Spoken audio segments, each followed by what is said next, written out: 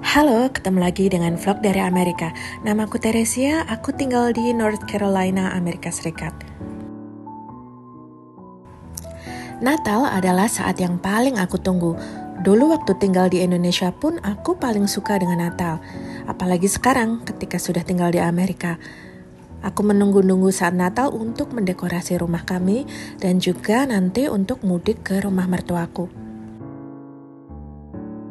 Selain menjadi saat untuk berkumpul dengan keluarga, akhir tahun juga menjadi momen buat aku untuk merenungkan dan mensyukuri apa yang sudah kami capai bersama di tahun ini.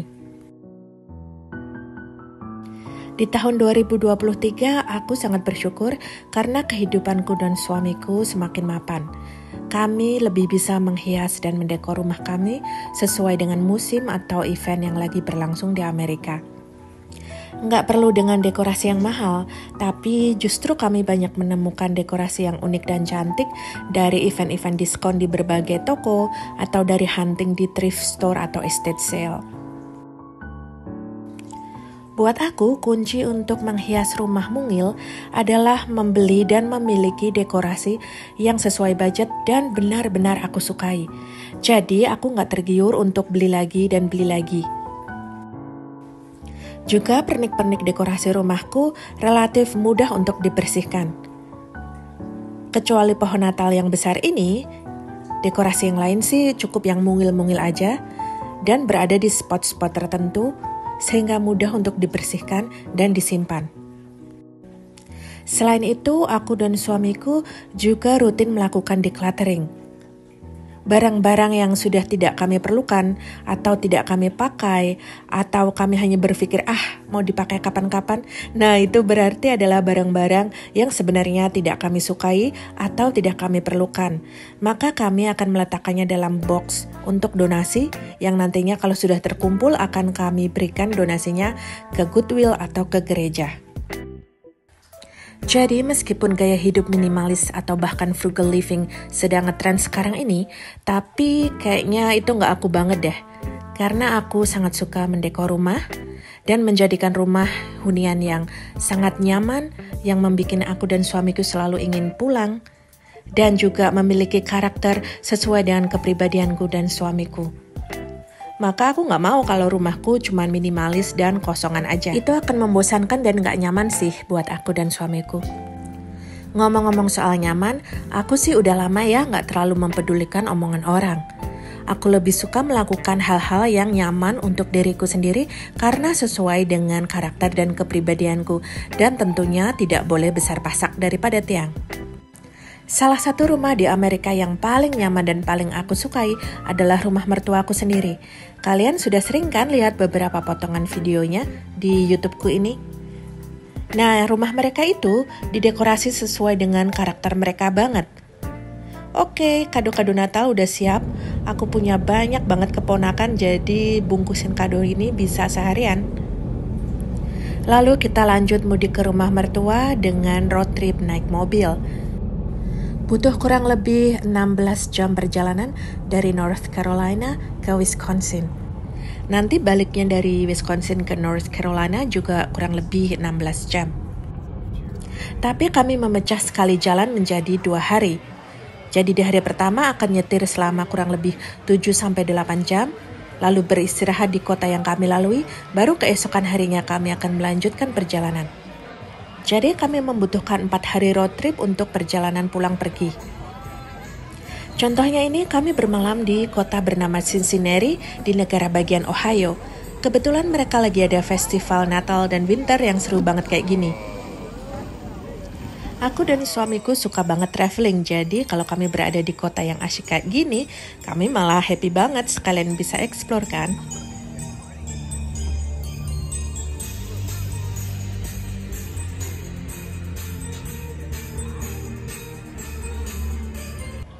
Traveling bersama adalah salah satu hal yang aku dan suamiku ingin terus lakukan di tahun 2024. Nggak perlu harus mahal, kami sering kok melakukan weekend getaway atau hanya traveling di hari Sabtu dan Minggu atau hari libur ke kota-kota yang dekat dengan kota kami yang cantik dan unik dan kami akan menginap 1 atau 2 malam di sana. Itu udah bikin kami happy banget sih. Jadi karena traveling membuat kami bahagia, kami akan tetap melakukannya. Tapi tidak boleh besar pasak daripada tiang. Aku nggak akan hutang untuk traveling. Jadi meskipun kami menggunakan kartu kredit, tapi sebetulnya kami mampu kok membayar cash pada saat itu juga. Kartu kredit hanyalah sarana untuk memudahkan pembayaran. Traveling sudah ada dalam budget tabungan kami, jadi nggak ada tuh ceritanya hutang-hutang hanya untuk traveling. Nah, ini adalah jalan masuk ke rumah mertuaku. Ini jalan milik mereka pribadi ya, jadi kebayangkan betapa luasnya area rumah mertuaku. Ngomong-ngomong soal budget, aku bukanlah orang yang rajin dan teliti banget untuk nyatetin budget, baik di komputer atau di kertas atau di jurnal. Percaya nggak, aku tuh bukan orang yang telaten untuk bikin jurnal atau bikin budgeting gitu. Nah, kalau suamiku dia jauh lebih telaten. Tapi lucunya justru aku yang lebih bisa mengatur keuangan dengan lebih baik dibandingkan suamiku. Dulu sebelum menikah suamiku termasuk boros. Dia suka membeli perlengkapan elektronik, gadget, dan perlengkapan fotografinya yang mahal-mahal dan enggak punya tabungan. Sangat berkebalikan dengan aku, meskipun aku nggak suka bikin budgeting atau journaling, justru aku lebih bisa mengatur keuangan dan aku selalu punya tabungan. Padahal seperti yang udah aku bilang bahwa aku bukanlah penganut gaya hidup minimalis, apalagi frugal living. Aku gak segan-segan memberikan reward bagi diriku sendiri atau membeli sesuatu yang memang aku sukai, aku perlukan, atau memang aku mau pakai untuk dekorasi atau semacamnya. Aturan manajemen keuangan ala aku cuma ada satu, yaitu gak boleh besar pasak daripada tiang. Seperti yang kalian lihat, rumah mertuaku sangat cantik, estetik, penuh dengan dekorasi, dan nyaman banget. Ini yang aku sebut sebagai rumah, membuat kami selalu ingin pulang. Bukan rumah minimalis yang kosong, dingin, dan membosankan. Lanjut lagi tentang pengaturan keuangan dalam rumah tangga ala aku dan suamiku, yang akan terus kami lakukan di tahun 2024. Kami berdua bekerja dan punya penghasilan. Penghasilanku nggak sebanyak suamiku tentunya, separuh pun nggak ada. Tapi kami berkomitmen untuk menggunakan seluruh penghasilanku sebagai tabungan. Sedangkan untuk keperluan sehari-hari, itu adalah sepenuhnya tanggung jawab suamiku. Ya bayar cicilan rumah, mobil, bayar air, bayar listrik, beli bensin, dan segala keperluan sehari-hari. Plus aku juga menerima uang belanja per 2 minggu dari suamiku. Jadi setiap bulan aku menerima 2 kali uang belanja. Uang belanja inilah yang aku pakai untuk beli grocery atau kebutuhan untuk memasak dan makan sehari-hari. Juga untuk makan di restoran karena dalam 1 minggu itu bisa 1 atau 2 kali aku dan suamiku makan di restoran. Bagi kami ini penting sebagai variasi dalam rumah tangga kami dan juga biasanya kami makan di luar itu dalam rangka date night. Oh iya, jadi aku dan suamiku ada agenda dalam 1 atau 2 hari seminggu, biasanya di hari Sabtu atau Minggu, kami ada hari kencan, kayak masih pacaran dulu. Buat kami acara kencan bersama itu sangat penting sebagai me time bersama, sebagai cara kami bersyukur atas pernikahan kami dan menjaga hubungan tetap harmonis dan romantis. Ingat aturanku dalam mengelola keuangan cuma satu, tidak boleh besar pasak daripada tiang. Jadi semuanya itu masih dalam budget. Bahkan terkadang uang belanja dari suamiku itu masih ada sisanya yang bisa aku pakai untuk beli barang-barang branded pada saat sale atau beli skincare yang memang lagi aku cari. Oke, ini tadi kita naik ke lantai 2 ya. Ini adalah area kamar yang biasa aku dan suamiku tempati kalau kami lagi mudik ke sini. Tuh lihat, luas banget dan juga estetik, gak kalah dengan di lantai bawah. Itu adalah ruang makan, tempat kami berkumpul dan saling berbagi cerita. Oh iya, di kamar kami tadi juga ada balkonnya ya, udah kalian lihat. Oke, kita lanjut ke loft, lantai 2 di sisi seberang kamarku. Jadi di rumah mertuaku itu loftnya ada 2 sisi. Nah kalau yang di sini, itu biasa dipakai nginep oleh para cucu karena mertuaku memang cucunya banyak, jadi keponakanku tuh banyak banget. Tetap dong di sini setiap sudutnya itu estetik dan berkarakter banget, khas mertuaku. Pokoknya dari rumah ini aja udah sangat terbaca karakter mertuaku, yang estetik, klasik, dan elegan. Nah kebetulan aku juga seleranya tentang rumah dan interior sama dengan mertuaku yang kayak gini, klasik dan sangat homey. Tapi bukan berarti aku suka untuk semua hal ya.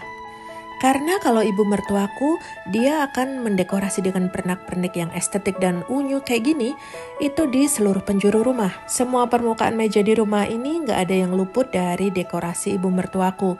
Juga sela-sela jendela seperti ini semuanya full dekor. Nah, kalau buat aku ini nggak fungsional. Dan aku juga nggak serajin itu bersih-bersih.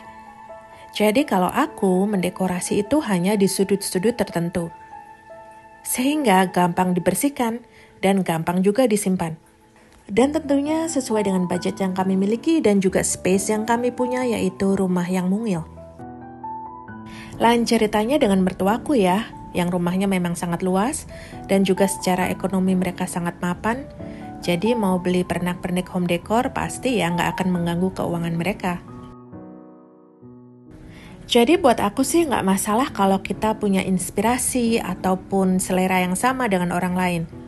Tapi kuncinya adalah tetap menyesuaikan dengan situasi masing-masing. Karena keadaan kita dan orang lain itu jelas nggak sama. Jadi meskipun aku punya selera interior yang sama dengan mertuaku, yaitu farmhouse dan klasik seperti ini, tapi penerapannya di rumah kami tentunya berbeda dengan di rumah mertuaku. Tapi aku selalu bisa menjadikan rumah mertuaku sebagai inspirasi untuk desain rumah maupun interior. Juga selalu bisa berdiskusi dan minta saran pada mertuaku karena mereka itu passionate banget kalau soal rumah dan interior. Oke, sekarang kita akan menuju ke kapel pribadi milik mertuaku. Kapel adalah semacam gereja kecil karena kami adalah keluarga Katolik, jadi memiliki kapel seperti ini itu kayak sesuatu banget, terutama kalau memang orangnya mampu ya dan punya lahan yang cukup. Dan ini dia bagian dalam kapelnya seperti ini. Ada lukisan Bunda Maria dan kanak-kanak Yesus. Lalu ini lukisan hati kudus Yesus. Dan ini adalah altarnya.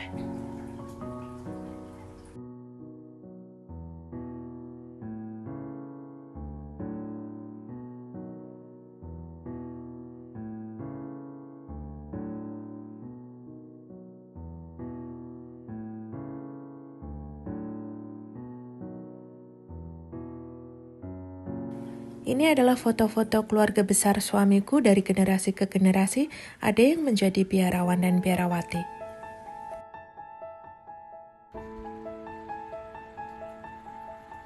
Bahkan ada sungai kecil yang sangat cantik seperti ini di halaman rumah mertuaku, tepat di depan kapel.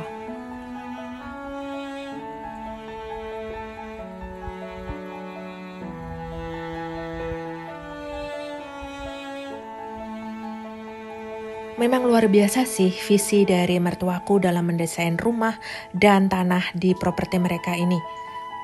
Nggak cuma rumah dan interiornya yang dipikirkan, tapi juga di area outdoor seperti ini.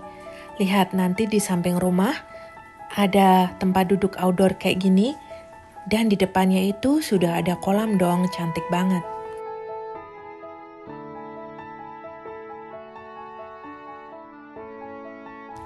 Lalu kalau kita turun lewat tangga ini, kita akan sampai ke kolamnya dan juga di dekat situ ada pintu basement dari rumah mertuaku. Tapi kita bisa masuk ke basement dari dalam rumah kok, tenang aja. Di Amerika, basement adalah tempat penyimpanan yang sangat berfungsi dan kalian akan aku kasih lihat nanti betapa luasnya basement mertuaku. Tapi kita lanjut dulu explore di bagian luar rumah. Nah, itu yang di sana adalah bangunan gudang, tempat penyimpanan berbagai peralatan berkebun dan segala macamnya punya mertuaku. Ini juga 2 lantai loh. Di lantai atasnya dulu kata suamiku dia suka belajar di situ waktu masih sekolah. Karena lebih tenang suasananya daripada kalau belajar di dalam rumah. Tuh lihat sampai ke belakang sana masih merupakan tanah milik pribadi mertuaku. Halaman sampingnya pun juga luas banget. Semuanya terawat dan ditata dengan sangat baik. Nah, ayo kita jalan ke bagian samping rumah. Nanti akan ketemu kolam yang ada kursinya seperti ini. Lumayan kan buat healing? Oh iya, sungai yang tadi mengalir sampai ke sini loh.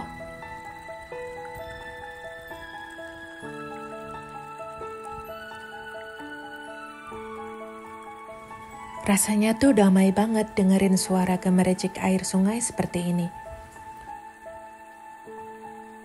Dan karena bapak mertua barusan mengalami kecelakaan jatuh dari pohon saat memangkas dahan pohon, dan beliau harus digips karena mengalami patah kaki, dan juga adik suamiku jatuh dari atap. Coba kok bisa mirip ya, kakinya juga patah dan harus digips, sehingga acara Natal tahun ini tidak bisa diadakan di rumah mertuaku seperti biasanya. Kami mengadakannya di restoran, kumpul dengan adik suamiku yang anaknya ada 7 orang, rame banget kayak gini. Sayangnya kakak suamiku yang anaknya juga banyak, nggak hadir di sini, tapi mereka hadir di acara yang terpisah. Lalu keesokan harinya turun hujan salju seperti ini. Cantik banget kayak di film-film.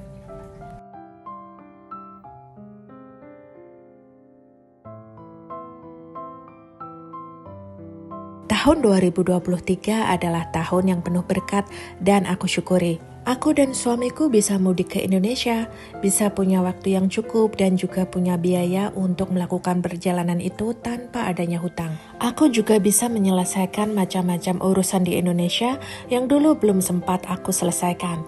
Jadi kami kembali ke Amerika dengan perasaan yang lebih tenang dan lebih happy. Terima kasih tahun 2023 atas segala pembelajarannya. Aku jarang sih punya resolusi untuk tahun baru. Karena aku tipe orang yang menikmati hidup, jadi aku lebih suka dengan slow living, tidak tergesa-gesa, tidak impulsif, tidak FOMO atau fear of missing out. Karena aku percaya semuanya ada waktunya. Seperti saat ini, waktunya untuk hujan ketombe. Bukan hujan salju maksudnya. Tapi aku nggak betah berada di luar rumah berlama-lama, soalnya dingin banget. Oke, jadi kita explore aja ya basement rumah mertuaku yang luas banget dan rapi banget. Ini udah kayak thrift store aja sih. Barang-barangnya banyak banget. Karena ibu mertuaku emang suka hunting di toko antik dan thrift store. Jadi sebenarnya beliau nggak buang-buang uang untuk beli barang-barang mahal sih. Cuma ya lalu beranak pinak seperti ini jadi banyak banget. Semuanya disimpan di basementnya yang sangat luas. Dan ini adalah pintu yang tadi aku bilang, kalau turun dari samping rumah, nah inilah pintu basementnya dari luar. Tapi kita masuknya dari dalam rumah. Selamat tahun baru 2024, semoga semakin sehat, sejahtera, bahagia untuk kita semua. Di tahun 2024, aku tetap hanya akan punya satu aturan, yaitu tidak boleh besar pasak daripada tiang. Jadi aku akan terus melakukan hal-hal yang membuat aku bahagia. Semoga kalian juga jangan lupa membahagiakan diri sendiri. Sampai jumpa di vlog berikutnya.